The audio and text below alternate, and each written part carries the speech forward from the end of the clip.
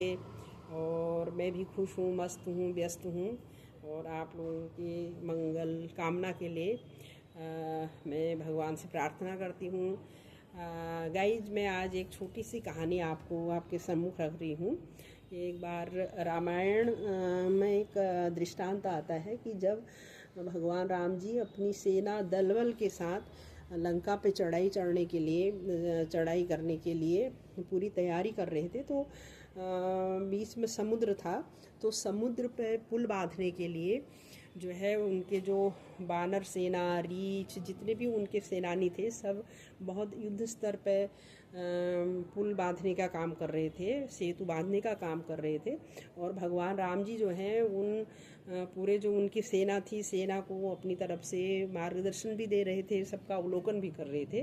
तो उन्होंने देखा कि उस पूरी बहुत विशाल सेना में एक छोटी सी गिलहरी भी वो समुद्र के किनारे आती है और रेत में लोट-पोट होती है। फिर वो जहाँ पर पुल का काम चल रहा है, सेतु का काम चल रहा है, वहाँ पे जाके वो पूरी जो उसके बदन में रेत होती है उसको छिटकती है, फिर आती है, फिर लोट-पोट होती है, फिर छिटकती है। तो जब कई बार वो ऐसा कर रही थी तो भगवान राम जी ने उसको प्यार से उठाया, क्योंकि वो छोटी सी गिलहरी थी, और उठाया, उससे पूछा कि वो, क्योंकि उनकी तो पूरी सेना लगी हुई है, तो वो छोटी सी गिलहरी ऐसा क्यों कर रही है।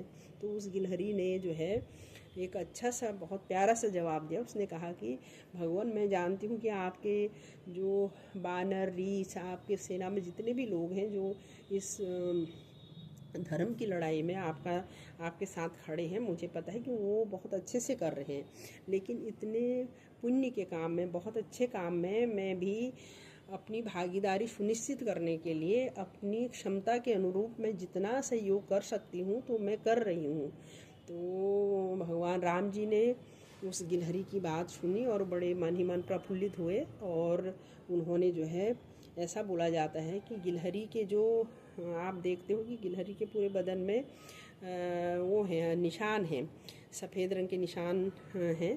तो बोला जाता है कि भगवान राम जी ने प्यार से अपनी उंगलियों से उसको सहलाया, तो वो निशान आज भी गिलहरी के बदन पे दिखते हैं। खैर, लेकिन कहने का इस कहानी का ये मतलब है कि कभी भी हमारे इर्द गिर्द, हमारे समाज में कभी भी अगर कोई पुण्य का काम होता है, बहुत अच्छा काम हो रहा है, और तो हमें भी वहाँ पर अपनी भागीदारी बहुत अच्छे से सुनिश्चित करनी चाहिए।